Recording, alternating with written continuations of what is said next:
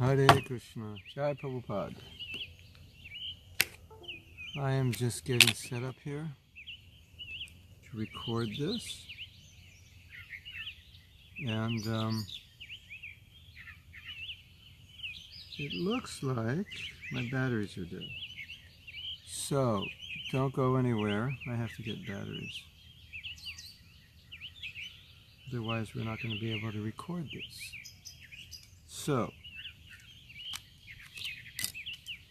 you're going to see a beautiful background, and I am going to get up, and in about 20 seconds I will return with batteries. But first, let me just open up a file that I want to read.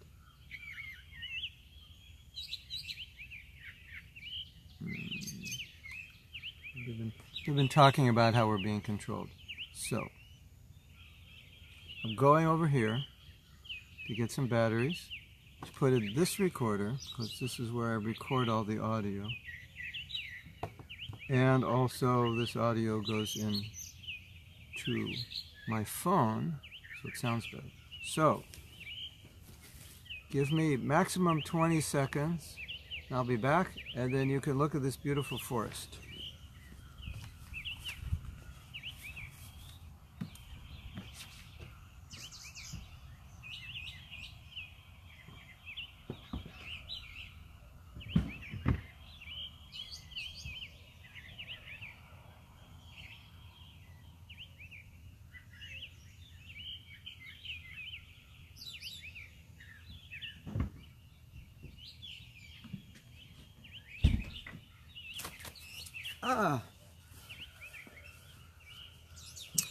Okay, that must have been 22 seconds. Okay. So, we were talking yesterday about being controlled. I think we were ending this discussion with story of Ajamil. And how he was he got himself in trouble because he unfortunately saw a man with a prostitute in a public place, somewhat private, but still it disturbed him. And so his whole course of life changed because he saw that, which is amazing. But it's a warning to see how sensitive we are to our environment. And so the discussion ended with how we can prevent that from happening to ourselves, or because we see such things all around us. Jai. Okay, so I just have to adjust this a little bit. Krishna Krishna, Hare Hare, and then I'm going to plug this in to the phone, and then we will begin recording. Okay, now we're recording. You should be able to hear me, and also hear the birds. Namo Vishnu Padaya, Krishna Prasthaya Bhutale, Srimati Bhakti Vedanta Swami Namane, Namaste Saraswati Deve Gauravani Pacharine, Nirvisesa Sunyavari Paschatya Dasatarni. So, I'm going to look for a statement. I didn't have time to look, and I'm going from memory. Well, this is going to be hard to find. I'm going to take a gamble that I remembered it correctly, and that I can go straight to the 6th canto and will find it, which would be amazing if that's true. But if not, I can kind of paraphrase it as I paraphrased it yesterday.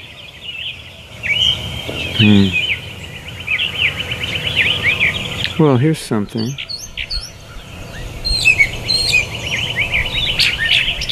No. I don't know if I'll find it. Just give me 30 seconds if I don't find it.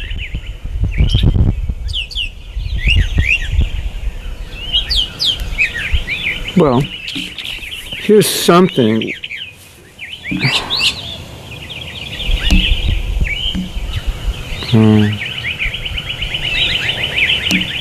Not exactly. All right.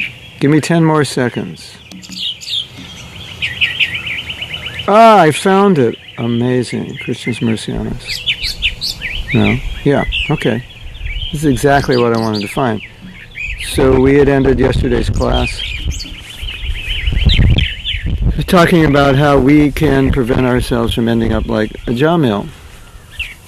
And as we know, and as Prabhupada said, today in the world there's a lot of what a Jamil saw around us. So he couldn't do it, what speak of us? Here's the verse. This is 6.1.62. This is the story of a Jamil. It's not Ajamil, it's a Jamil.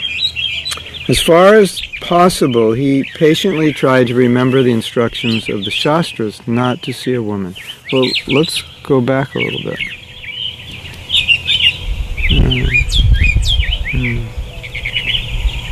Just to get some context. Once this Brahmin Ajamil, following the order of his father, went to the forest to collect fruit, flowers, and 2 kinds of grass called summit and kusha. On the way home, he came upon a Shudra, a very lusty, 4th-class man, who was shamelessly embracing and kissing a prostitute. The Shudra was smiling, singing, and enjoying as if this were proper behavior. Both the Shudra and the prostitute were drunk.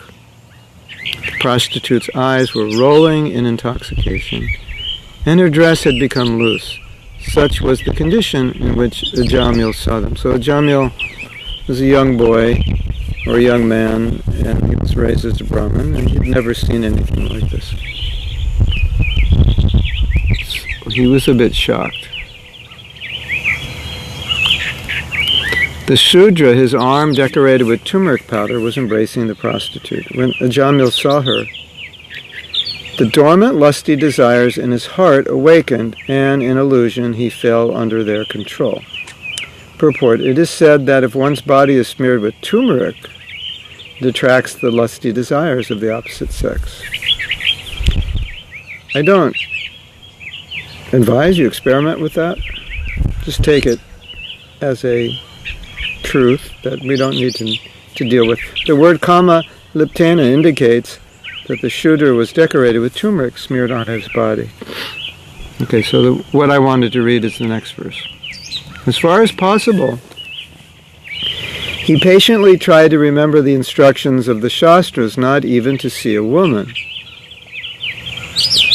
With the help of this knowledge and his intellect, he tried to control his lusty desires.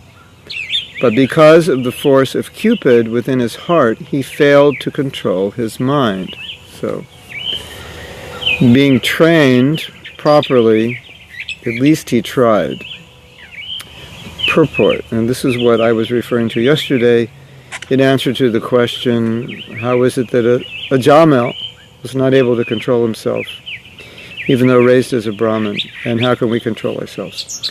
Unless one is very strong in knowledge, patience, and proper bodily, mental, and intellectual behavior, controlling one's lusty desires is extremely difficult.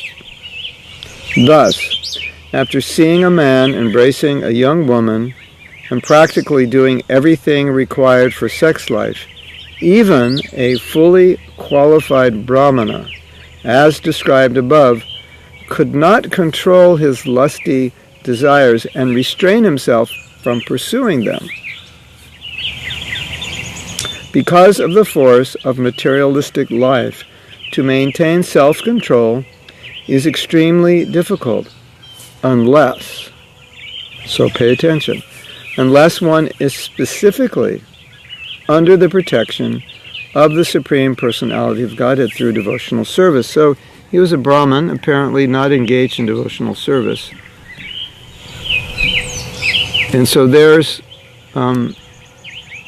the secret, and there's the answer to the question.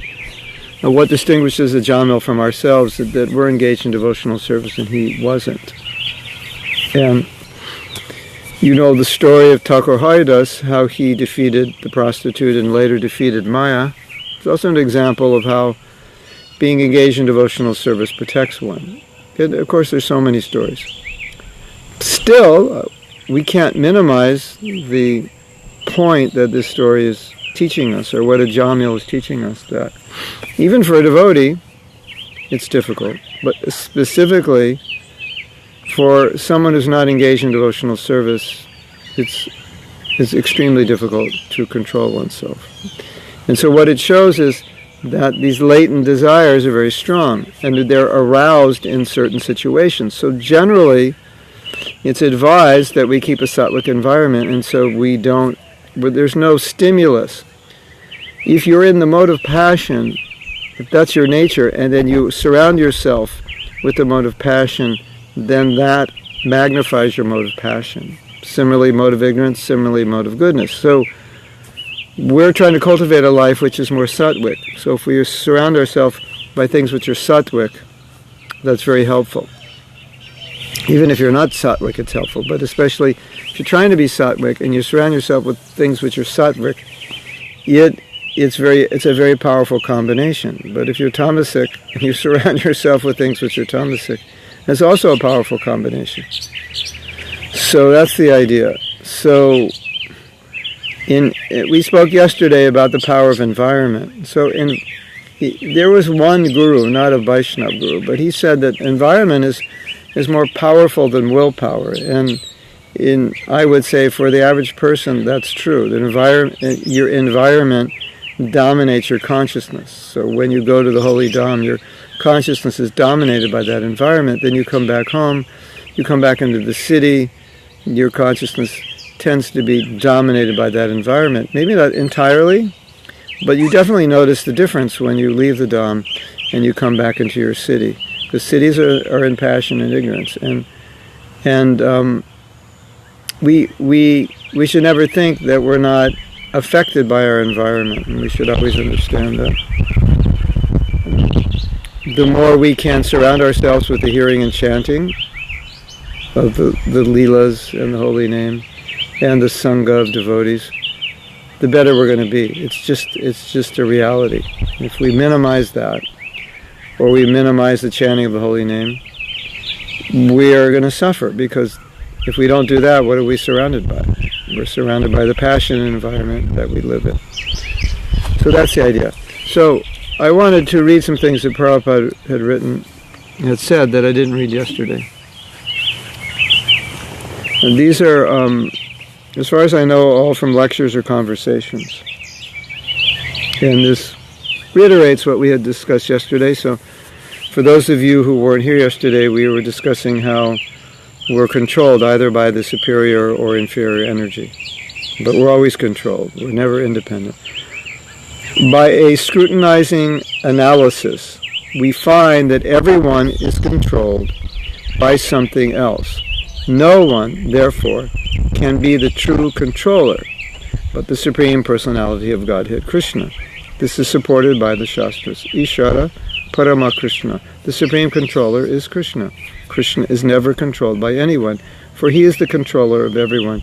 So this Sarva Karana Karanam, it's a simple definition that Prabhupada is giving to make a simple point, that we may think some things we can control, or if I'm not under the control of Maya, then I'm not under control. And Prabhupada's making the point that's not possible, because that's Krishna's position, it's not our position. So we'll always be under the control of something. So that's the basic premise of this course.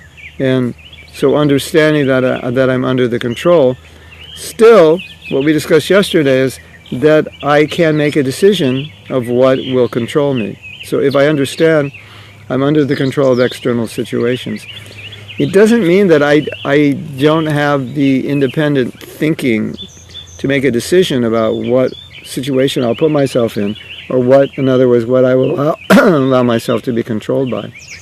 The whole point is we do have that decision-making power. Krishna has given it to us. Otherwise, there's no meaning to be jiva tattva, or a living being. Living being has consciousness. But the point is, that Prabhupada's making, we're always controlled, but we have the choice of what we're going to be controlled by.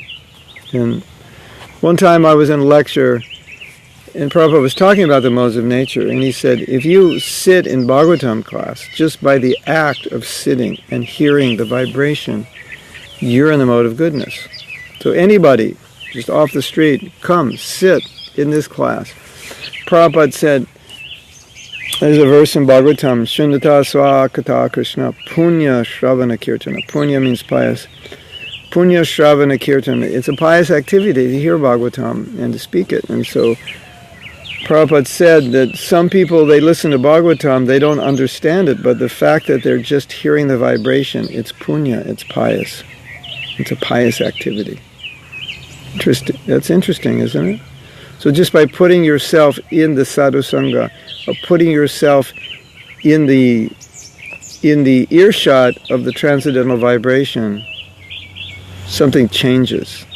And it's not that you're changing it. It's being changed for you, but all you're doing is putting yourself in that situation. For example, Bhagavatam says, you should hear with rapt attention, you should hear attentively, you should hear with faith, and you should hear regularly. So these are things that are within our control. But what's happening when we're hearing is not within our control. That's working on us. So we're making the effort. Okay, I'm hearing the Bhagavatam, so I should pay attention. I should have faith. It also says with reverence. I should have reverence, which means I should respect that message. I shouldn't challenge it. I should honor it. I should put it on my head. So if I'm respecting the message, I'm attentive to the message, and I have faith in the message, then that message is going to be more powerful, obviously, than if I don't have faith in it. So what have I done? I've put myself in a situation, and I've put my consciousness in a situation where now I can be affected by the message of Bhagavatam. So I'm open to it. I've got nothing else going on in my mind. I'm listening to it. I'm putting my faith in it. I'm giving my respect to the Bhagavatam. I'm taking it seriously. Then I'm hearing it, and then that is going to affect my consciousness in major ways. I'm not the changer of the consciousness. The sound vibration's changing the consciousness, but I put myself in the situation where I can allow that sound vibration to work on me. So my choice is what environment I'm going to allow to affect me. Right now, you might say, well, if that's true, and I work in the city, then do I have a chance? Yeah, that's the verse we just read. Unless one is very strong in knowledge, patience, and proper bodily, mental, and intellectual behavior, controlling one's lusty desires is extremely difficult. In other words, you're in this passionate situation. Does that mean the mode of passion is going to affect you? Not necessarily, because your consciousness doesn't necessarily have to be in passion. Does it mean that there's going to be a tendency to be affected? Well, it depends how Krishna conscious you are. Yes, but it also means you have to be aware that there's going to be that tendency to be affected, and you have to be strong. That's what Prabhupada's saying here. Yeah. You have to be powerful. Bodily activity. What does Prabhupada mean? It means cleanliness. It means regulation. So if you're clean, you're regulated, your mind is full of the Hare Krishna mantra, Krishna consciousness. So then you go into a passionate situation, you're not going to be pushed so much by it. But that passionate situation will have some influence on you, but it's not really going to do much because it's the mode of passion. Naturally, some effect is going to be there. But devotees are meant to be transcendental. So you're in the mode of passion, you're chanting the holy name, you'll be okay. You're hearing Bhagavatam in the middle of a city, you'll be okay. You're doing Harinam in the middle of the city, you'll be okay, because you're not in that city. You're transcendental. The Prabhupada said our temples are not located in the city. Our temples are embassies of the spiritual world. So, but I think the significant point, at least one significant point of this story, is that as conditioned souls, there's a very strong inclination towards the mode of passion. We were raised in the mode of passion. Obviously, as we know, strong inclination, very strong inclination to engage in some kind of sense gratification. Your Prabhupada said, our senses and our sense objects, they have this intimate relationship, so there's a natural attraction. Like sometimes you're not hungry, but you see something that's appetizing, and you eat it, and you're thinking, why am I eating this? I'm not even hungry. Because the sense, both the eye and the tongue, maybe even the sense of touch, it's all intimately connected to that object, whatever that food is, and then it arouses the desire to eat it.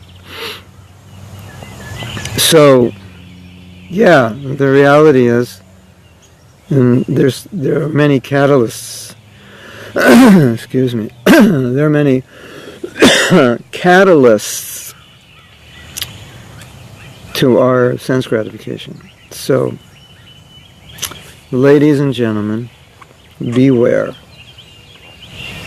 There are many things that can arouse our desire to enjoy, even when you think you've transcended that desire. We are controlled. And until we're controlled by love, there's a very good chance to be controlled. There's a very good chance that the situation around us is going to vibrate on the same frequency with our material tendencies. So you have to be careful. Now, nice thing that I was explaining last week and at this time in the Japa workshop was the meaning of the Maha Mantra, because as we're discussing, you have three modes of nature, and these three modes of nature are responsible for all material activities, but you have another energy, which is called Krishna's Swarup Shakti. Swarup means his own. Swarup can mean the essence, and Swarup can mean one's own nature, or can mean one's own form. But it means Krishna's own internal. In this sense, it means internal potency, or Krishna's own potency. It's not external to him. So you have the external potency, you have the internal potency. The external potency is like the prison. It's meant for people who don't want Krishna. The internal potency is meant for people who want Krishna. So the Maha Mantra really is very interesting. The way Prabhupada explained the definition of the Maha Mantra, it's kind of like this schizophrenic situation we're in, where we want Krishna but we don't want Krishna. The Maha Mantra, Prabhupada said, it is a prayer which is basically saying, Krishna, I want you, but Maya is strong. And I don't want to be under her influence, but she's got me under her clutches. Can you pull me away from that? Can you pull me into your internal potency so I don't have to fight with your external potency? That's basically what the Maha Mantra means. It's a prayer to get out of the influence of the external energy and be influenced by the internal energy. So that it's nice. It's nice to discuss that or understand it, because that's what we're talking about now, being controlled by some energy.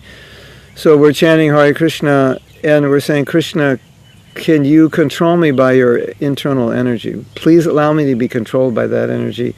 I don't want to be controlled by the external energy. I've been controlled by it for lifetimes, and I don't like it. It causes me frustration.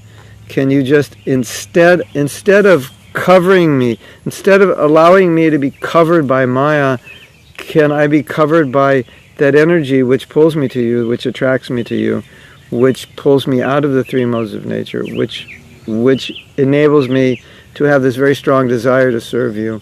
Can you just, surround me by that energy? That's the prayer. I am inclined towards the external energy. I don't like it. I don't want it. Hare Krishna, Hare Krishna. Just get me out of it. Could you tell it to go away? Could you build a wall around me? that's really what's going on, or supposed to be going on internally when we're chanting. It's this helplessness that the modes of nature are all around me, pulling me, pushing me. They interact with my very conditioned nature. We're on the same frequency, tamagun, rajagun. I'm in tamagun and rajagun. So when I'm surrounded by it, I relate to it. It's in my blood. I hear some passionate music. It's in my blood. I grew up with it. I grew up in these modes. And so now we're chanting and saying, Krishna, can you protect me from these modes? Can you protect me from myself? Can you surround me by your internal potency? Ladini Shakti. Can I be under that energy? Can I be pulled, not swimming pool, pulled. Can I be pulled up? Can I be pulled away from the three modes of nature? Can they never even, ever again bother me? Can I be solely under their protection? And it's your protection, spiritual energy, and it's a helpless prayer because we've been influenced by the modes of nature for so long. The Maha Mantra is a prayer. Please, please, please, please, I don't want this. And this is the paradox we're in. We're attracted to something we don't want. So what could be a greater paradox, and what could be a greater form of suffering? To be attracted to something that's bad for you, you don't want it, but still you're inclined for it. I mean, talk about suffering. It's a very extreme form of pain, isn't it?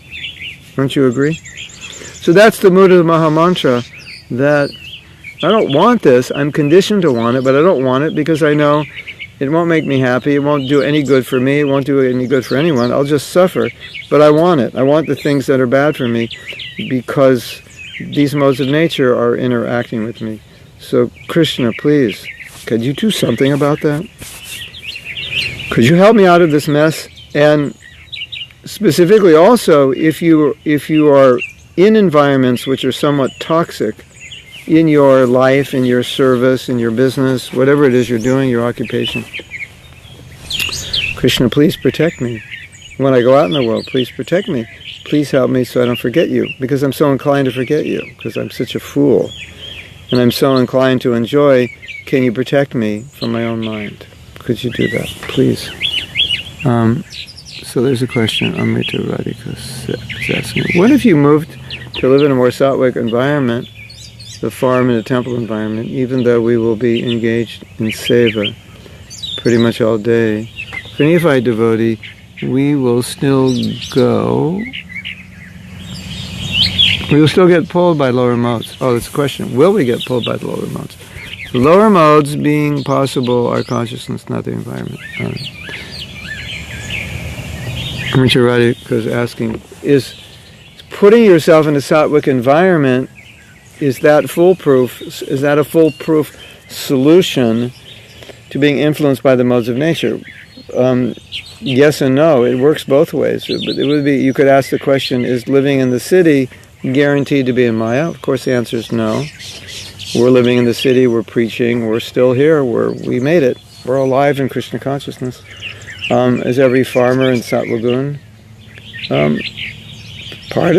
he lives in Satlagoon, his house is in a country, there's his consciousness in Satlagoon. He comes home and turns the television on, or he sits in his big air-conditioned tractor and reads a Playboy magazine. So what it means is that it's a conducive environment, but just because it's conducive doesn't mean that it's going to have the proper effect on you, because we can, the modes of nature, and lust, it influences all aspects of our being. So it's helpful, it's easier, but there's no guarantee. Also, I think the interesting fact is that no matter where you live, you have the internet. So even we're in Maya, poor, not in Maya, excuse me. Even we're in Maya poor, and a lot of kids are, well connected, not to Radha Madhava, but to the internet. So even they're in Maya poor, what to speak of Sattvic, transcendental, but they're connected to their internet. So they're actually deeply connected to the material. So I think, in answer to your question, that's part of the problem is that no matter where you live, we're connected to the internet. So that kind of balances out the sattvic environment with a lot of passion and ignorance, isn't it? So the answer to your question is yes, it's conducive if you allow it to be conducive. And no, it's not conducive if your life is so merged in passion. It's gonna help a little bit, but maybe not significantly, and vice versa. If you're in the city's passion, but if you're sattvic, you'll be okay. It's just like you'll have to fight more. To me, there's just more things around you to disturb you, to deal with. But you'll deal with it. And in the sattvic environment, there's more things around you to help you. But it doesn't mean just because you go for a walk in a forest, you're going to chant good rounds. Or it doesn't mean if you sit down in the middle of Sydney in your house, you're going to chant bad rounds because there's passion around you. It just means the influence is there. So, Prabhupada suggested that grihastas live in the country. If they really don't need to work in the city, better they live in the country, because he understood that the city environment is degrading, the country environment is uplifting. So, in general, the answer is yes, it's better. But you can't, there's no guarantee you're going to be sattvic. I'm looking right now, I'm in this very sattvic environment, but Krishna consciousness is transcendental, so it's helpful, but it doesn't mean just because I'm sitting out here on 10 acres of land, I'm going to be Krishna conscious, and my senses and mind are naturally pacified. Generally, they'll be more peaceful than walking in a city with loud noises, and impure air, and passionate people. I think one of the, at least in my experience, one of the worst things in living in a city that I find is because the cities are crowded with people, and the people in the city, most of them are not very spiritual. So their consciousness is just like the collective consciousness in the city, collective low consciousness. And so, I think the most detrimental thing for us is not so much the location, but the consciousness of the people in that location. So even, like in America, there's beautiful countryside, but the people who live in the country are not of any higher consciousness, sometimes even lower consciousness, in general, than the people in the city. That's at least what I find in America. I would say there's probably more vegetarians in cities than there are in the country. So, in that sense, we're most affected by the consciousness of the people we associate with. So in the city, there's a lot of people. So there's more people, there's more consciousness, and we're more affected by the consciousness of the people. That's I think, perhaps the better answer. So yeah, the country's nice, but if the consciousness of the people is very low in the country, that consciousness, it has its effect, and everyone's congregated in the city, and then you go in the city, you can kind of feel that low level of consciousness, can't you? It's pretty, like we say, you can cut it with a knife. So that's part of the problem of what makes an environment passionate, what makes it tamasic. Generally it's the consciousness of the people in that environment. Well, you can say it's a physical thing, like a bar, Prabhupada said, is tamagun, and the country is sattvic. Okay, we can say that in general on a physical level, yeah. But what's making it tamagun? What the people are doing in there. And what the people are doing in a bar, they're often doing outside the bar, or at least they're thinking about it. So, and most people are in tamagun, so we're affected by that for sure. So the idea is, if you're interacting with those people in a environment in which you're giving them Krishna consciousness, you're protected because you're still in a transcendental situation.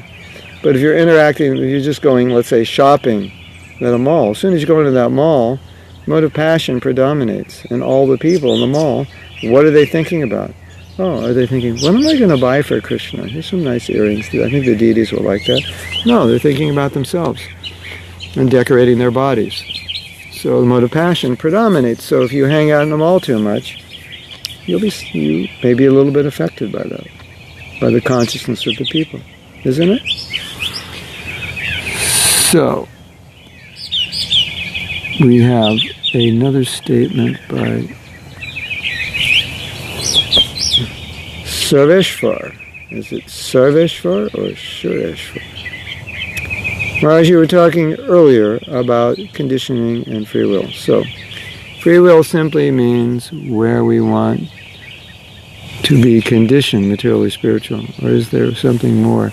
Well, you know, if you're not a devotee, you don't have that choice. So if you're not a devotee, I mean, generally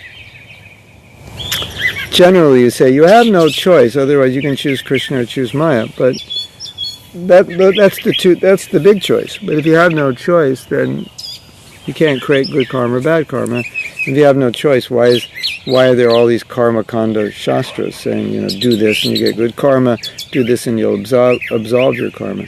So the point is your choices are limited. Just like now you can just choose to stop listening to this. And you could choose to do something else. Or you could choose to eat. Or you could choose to sleep. So you have these little choices. You can't choose to jump to the moon. That's not within your power. You could choose to be the President of the United States, but if you're not born in America, that's going to be hard. So obviously there's some choices which are limited and some choices which are impossible. But within the range of your free will, you do have choices. So if you're choosing materially, then going along with the logic of your question, you're choosing to be to put yourself in one material situation or another, and then yes, you will be controlled by that. Okay, I want to choose to be a doctor. Okay, now there's a whole variety of situations that my life's going to be controlled by in that effort. I'm choosing to be a lawyer. Another variety of situations.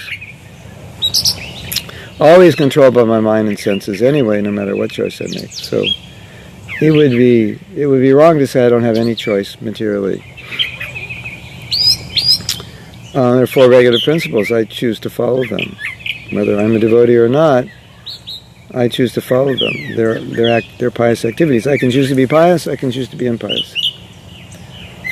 But if I'm choosing Krishna consciousness, then yes, now I'm choosing to be controlled by Krishna's energy, because now when I engage in devotional service, now I'm under the control of the superior energy, so now I'll be controlled by it. When I'm making a material choice, it's one material thing to another, so I'm still being controlled by the material energy.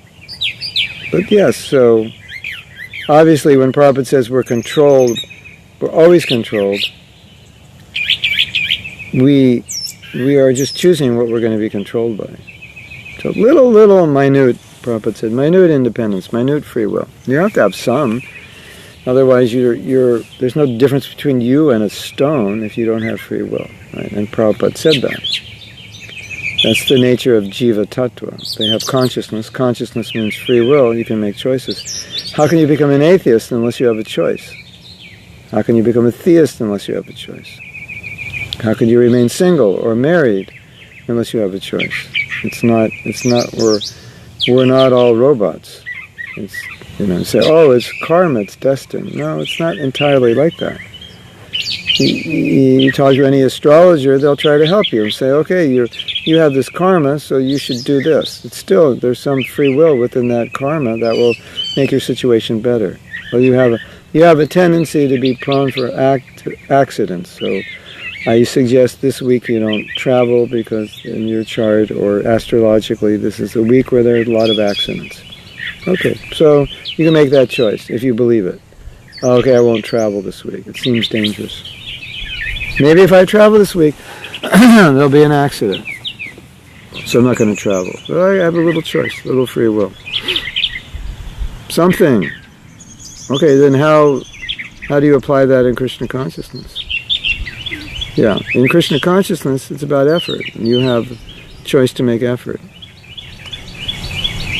How much effort are you going to make in Krishna consciousness? That's the free will we should focus on. You might say, well, I'm lazy, I'm this, I'm that. Okay. So then the question is, what are you going to do about it? If you're lazy, then we ask you, what are you going to do about it? That means free will. You can do something about it. I don't feel like chanting my rounds. Okay, what are you going to do about it? It means you can you can do something, right? So that's how we apply it in Krishna consciousness. If I feel influenced by the modes of nature, just ask yourself, okay, what am I going to do about it? You shouldn't say, well, it's just the modes working on me, so I can't do anything. That's not the point of this class, and it's not the point of our philosophy. The point of our philosophy is, if I'm being influenced by the modes of nature, then I ask myself, what am I going to do about it now? Because I'm being influenced. You understand? And don't ever say I can't do anything about it, because that's not true. You can always do something. And if you don't do something, Maya will do something for you. So you have to understand that. If you say, oh, there's nothing I can do about it, basically you're saying, Maya's just going to make all my decisions. I don't know. Doesn't sound like a good idea. You want the modes of nature to make the decisions for you. Well, sattva guns, it's okay. If sattva decides, it's not so bad. But if you say, nothing I can do about it, excuse me, there's nothing I can do about it, that's not true. I mean, if you were a stone, that's true. But if you were a stone, you couldn't say there's nothing I can do about it, because you couldn't talk. But don't think you're a stone, and don't say there's nothing I can do about it. Of course, obviously, there may be some situations, like I hurt my knee, so I couldn't walk. Well, all right, at that point, I can't walk, so there's nothing I can do about walking. Well, I could walk with crutches.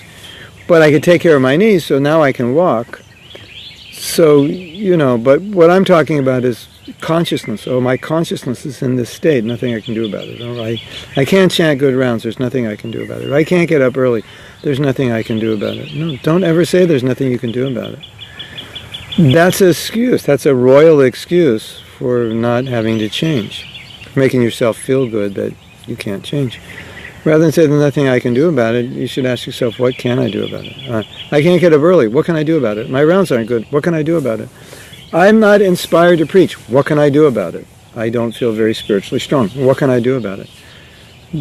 That, at least when we're talking about independence, that's the most important thing for us to understand. And if what I was saying was not true, then we're all kind of stuck. We would all kind of be stuck in the consciousness that we have, in where we're at, and we couldn't do anything. And that's obviously not true. Right? Okay.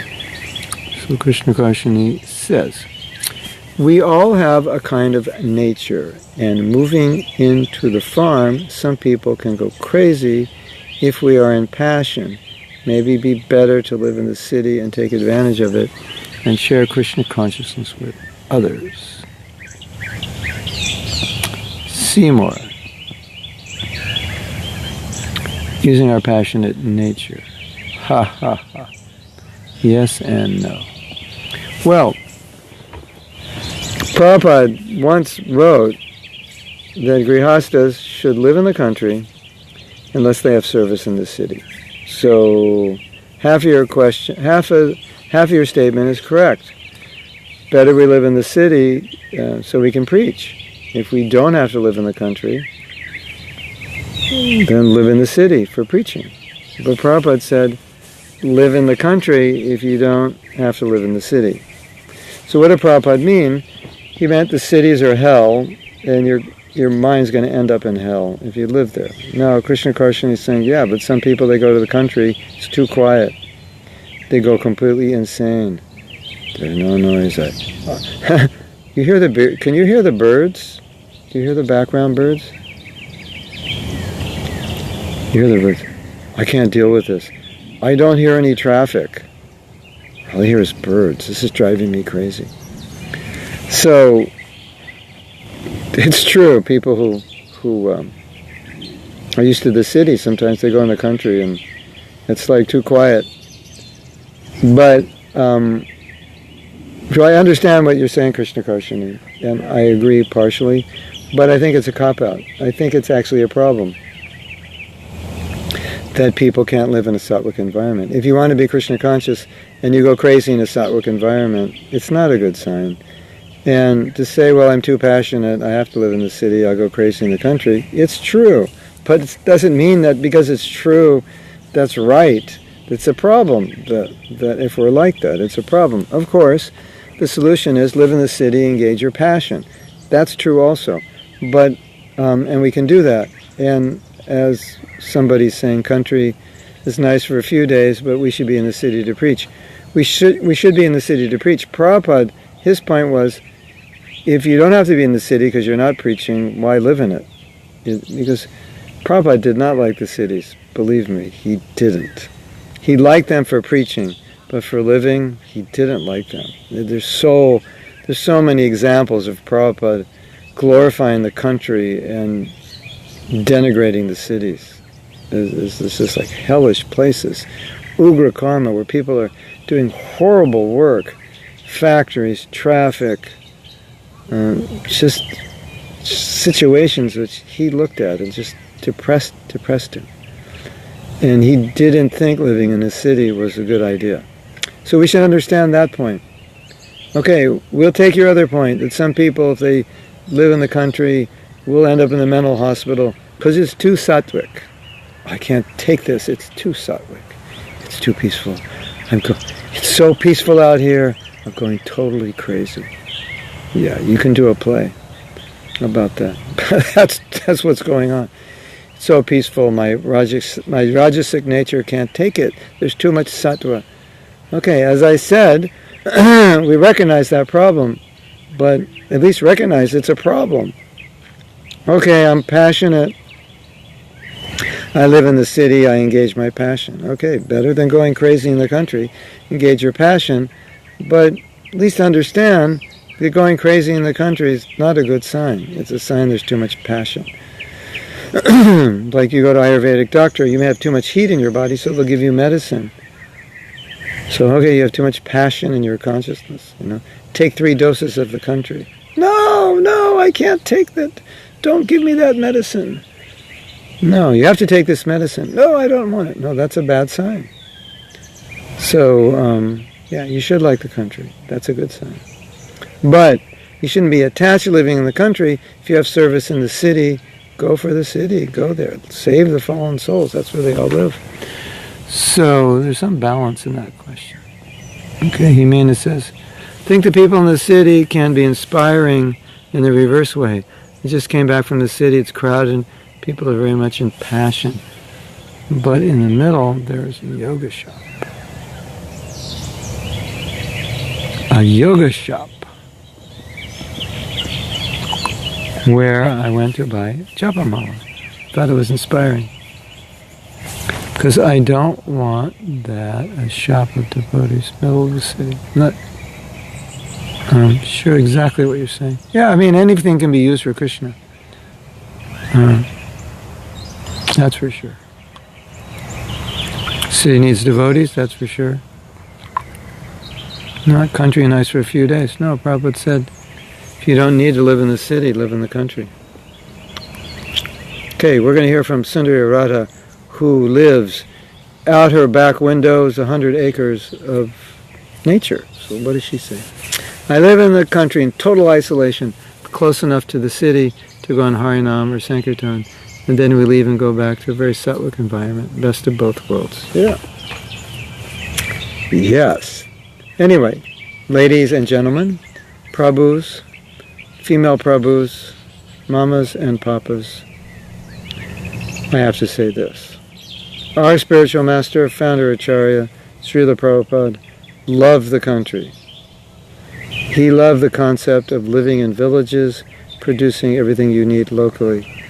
He called cities hell. So, just try to understand.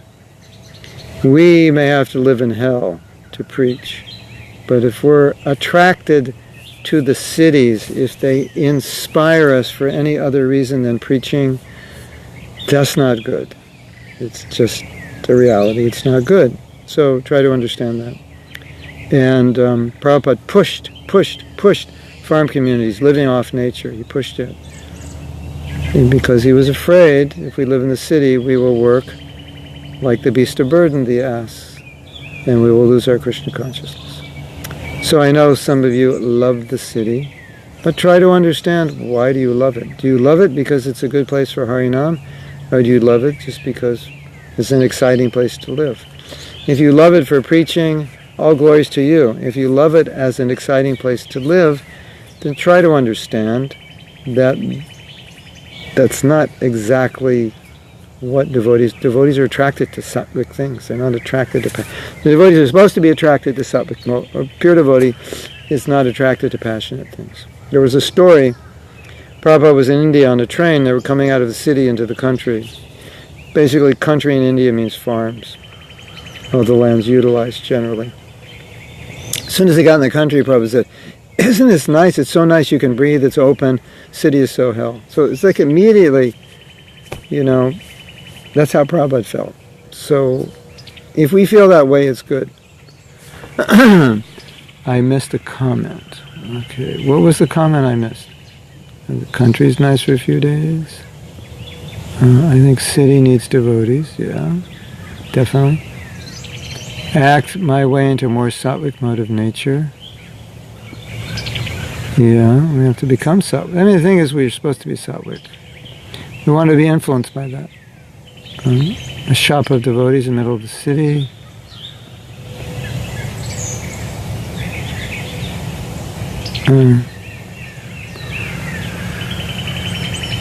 City can be inspiring if we make a Krishna consciousness. Yeah. Trying to look at what comment I missed. I don't see it.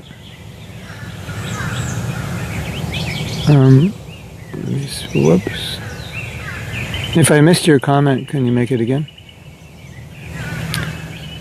Krishna Karshini. Oh, I missed your comment. You meant something different. All right. Write it again. Tell me what you meant. Come to our farms, Krishna Karshini. You don't have to be a farmer. You can be a devotee.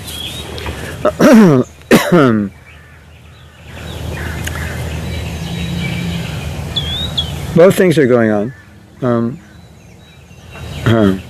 I think most of us are not farmers. So, you have two things. One is living in a sattvic environment, and one is being self-sufficient. The two things that I understand from Prabhupada were the environment, was the environment in the country, and the self-sufficiency, which means that we don't have to be dependent on an economy that's bound to crash, and a society. We don't want to be, as far as possible, we want to be independent of them. That was Prabhupada's idea, which many people say, not just us. And none of us are farmers. And Himane is saying, if I wasn't in the city, I never would have found Krishna consciousness. Yeah, of course. That's where the devotees are. But it doesn't mean the city's good. City is good for preaching. City is a good place to live. Bigger the city, the better. Srila Bhaktisiddhanta said, I prefer to live in the big cities, in the most crowded places where the most people are. Because that's the best place for giving people Krishna consciousness. We were just in Mexico City. There's 25 million people in Mexico City. One city, 25 million people. Apparently, it's the biggest city in the world. So I was thinking about this, and I was thinking, well, this is a real advantage. Krishna took all these people and put them in one place for us. So it's quite easy to reach them. So yeah. So for a devotee, living in Mexico City is like ecstatic. Living in New York City is ecstatic because there's so many people there. We were in Las Vegas. What a hellish place that is.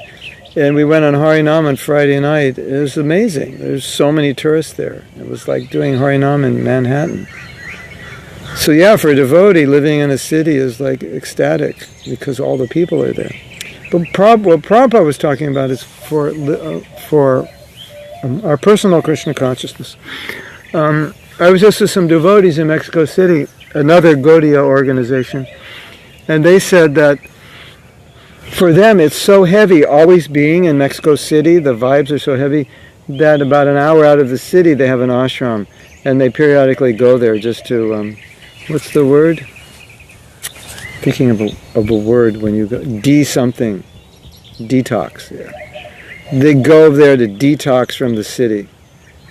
So they're preaching vigorously in the city, And they're right in downtown Mexico City. And like Oxford Street, Soho, right in the heart of it. And I lived in Soho Street, and sometimes you actually need to get out to get your mind together. It's very intense. So, Krishna Goswami, I meant that I don't feel I have a farmer nature. I love country, environment, yeah.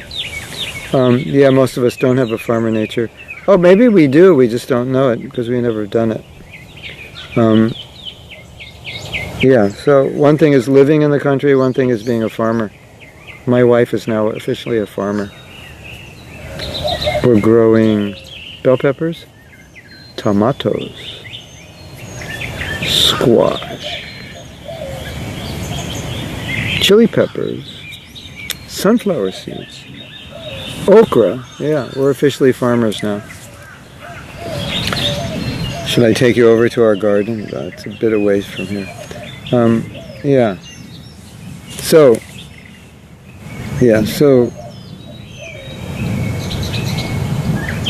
it's very well. Let's just kind of, now that we're into the country and the farms, let's digress from the how we're controlled. Well, it's interrelated, but in studying Prabhupada's teachings, it's quite amazing. I don't know if you've studied it this way, but it's quite amazing how much he talked about getting out of the city and living in the country. He talked a lot about it. And my understanding is that he felt that being Krishna conscious in a city is difficult because of the nature of the city. And that, as I said, if we don't have to live in the city, if it's not necessary, because we're not preaching, if we can live outside the city, that would be best. And that's what he said. For that very reason that the city environment is contaminated. Now, the other point that I said is that Prabhupada, when he talked about self-sufficiency, his hope was that we could eventually create communities which were not dependent on these cities, where we had to work at hellish jobs, long hours. And now you all know the jobs are becoming longer and longer and more hellish. My daughter just told me a statistic, 80% of the people hate their work. And so Prabhupada saw it wasn't conducive to Krishna consciousness. So if you can buck that system somehow or other, if you can figure out how to earn your livelihood without having to go to a hellish factory or a hellish corporate job that you don't like, surrounded by people you'd rather not work with, then that's great. And you should try for that. And if you can do that and also live in the country, do it. That will be better for your Krishna consciousness. That was Prabhupada's point. Not everybody can do that. Now, I read another statistic. Prabhupada was, I think, extremely alternative, cutting-edge alternative in the things he said.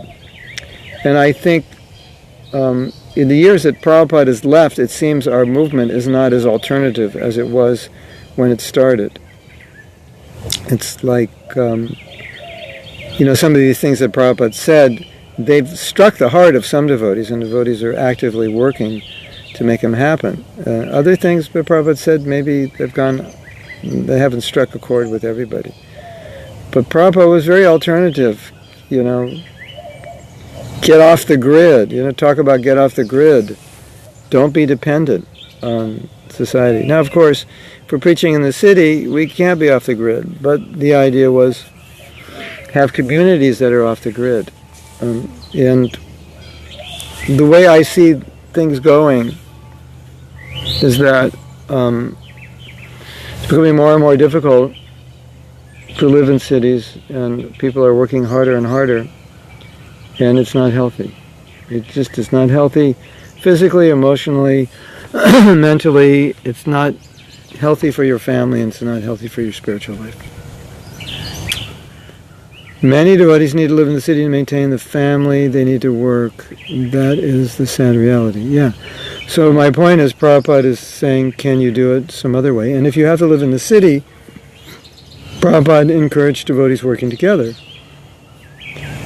And the sad reality in most places now Okay, I was just in LA, Los Angeles. When I lived there, it was 20 years ago, I think you could get a 2-bedroom apartment for $750. I was just there taking a morning walk, and I saw an apartment for rent. 1-bedroom apartment, $1,750. The LA Temple is not considered that nice a neighborhood. It's not, it really, I mean, I don't want to denigrate the neighborhood. It's not a bad neighborhood. But for those who are raised in nice neighborhoods, they wouldn't want to live in that neighborhood. That's all I can say. So it's not a bad neighborhood. It's not, you're going to get mugged on the street. It's not a bunch of buildings falling apart. It's a nice neighborhood. But by people raised in a nice neighborhood, that's not a nice neighborhood. And in the not nice neighborhood of Los Angeles, a 1-bedroom apartment is $1,750. Now you know why Prabhupada didn't want us to live in the city. Okay, $1,750. That's for your rent. That's just so you have a roof over your head, just to get started, right? How hard do you have to work? And let's say you're making minimum wage and you're taking home $8 an hour. Okay, do the math. Let's say after taxes you get $64 a day. And say multiply 64 by 6, that gives you about 380. Okay, we'll give you the benefit of the doubt, you got a better job, 400. You $400. So you cannot pay for that rent, even if you fast. You cannot pay for that rent with your minimum wage job in a not so nice neighborhood in LA. So you have to live with someone else who also makes the same pay. So now together you have $3,200, right? $1,700. So just say after you pay your water and electricity, you're at $2,000. Okay. That leaves you 1,000. You've got 3,200. That leaves you 1,200 for everything else. Your food's going to cost you that much. Well, not that much. Your food's going to cost you a lot. And if you have a car, yeah, it's like so. You understand what I'm saying? And that's like you can't even buy anything extra. If your shoes have a hole in it, you won't even have extra money to buy shoes, new shoes. So that's where the world's coming to. And so, anyway, that's the way I understand what Prabhupada was saying. The world's coming to a point where you'll be totally controlled. You'll have to work, and you'll never get ahead. You'll just work. And they want you to work, so they can get ahead by you working. And Prabhupada said the economy cannot exist forever the way it is. So one day maybe it's just going to go ka-ching, ka-ching, ka-ching, ka-ching. It's finished. No money, no work. What are we going to do now? No food. No. What are you going to do if there's no oil, no trucks to... if the trucks can't come into your city, you know what happens in 3 days? No food. It's gone. There's only enough food in every city of the world to feed people for 3 days. What do we do after 3 days? I mean, we kind of think in the back of our mind that'll never happen. But what if it did? Where's the farm that's growing the food that you can run to? Where's that devotee community where you could move in with and live? Yeah, that's how Prabhupada was thinking. So, yes.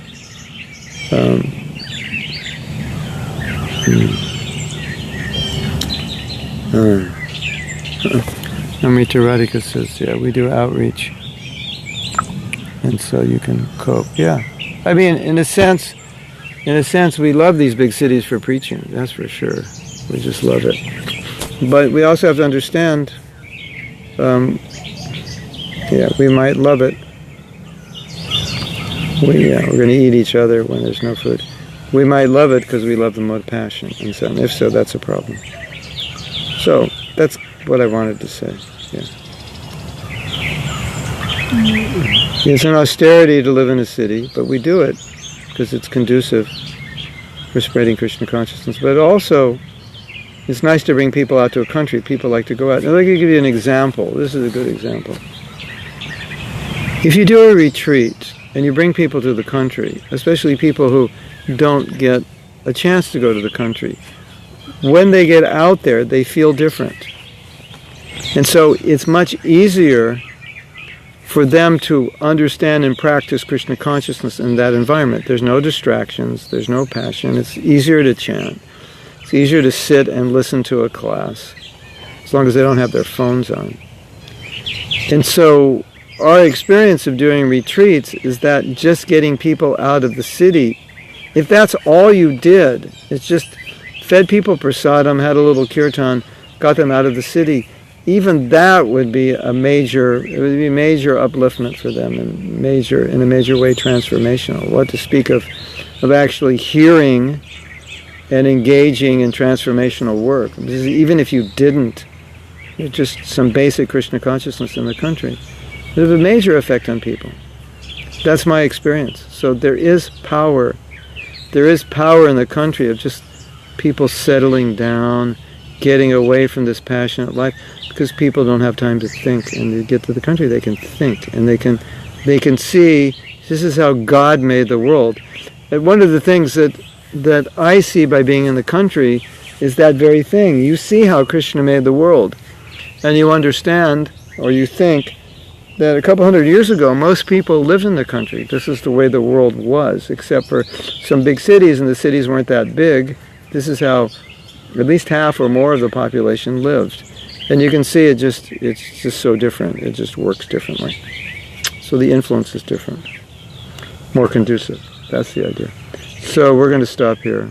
The point of this class, the topic was how we're controlled by environments, what environments are helpful, what environments are not helpful.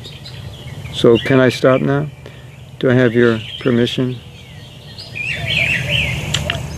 to depart for my next program? If you're interested, at 8 o'clock, Satyanandan Swami is going to be speaking. He's been doing a seminar on the Bhagavatam to get devotees more involved in reading the Bhagavatam and showing how powerful the Bhagavatam is, how important it is in our devotional life. And the devotees they're all saying, yeah, I need to read Bhagavatam more. And he's not only inspiring us to understand what the Bhagavatam is and why to read it, but he's also telling stories from the Bhagavatam to get us more of an appreciation for it. So I realized that it would be a great seminar I want to do on my travels in Europe this year, is to pick verses of the Bhagavatam. We'll give those verses to devotees, and you will discuss with your partner, and then we'll discuss with a group, and then we'll just go verse by verse, like powerful verses that relate to, deeply relate to us, what we need in our Krishna consciousness, or verses that will bring us deeper. And just discuss those. I think it would be fantastic.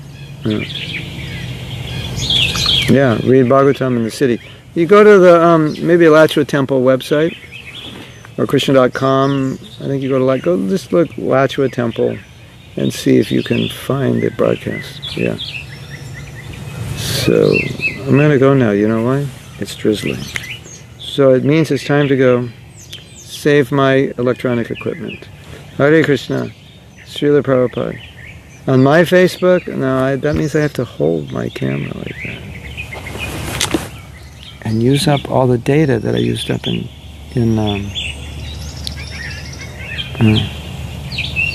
yeah. Anyway, you can get online. You don't need me. Okay, Hare Krishna.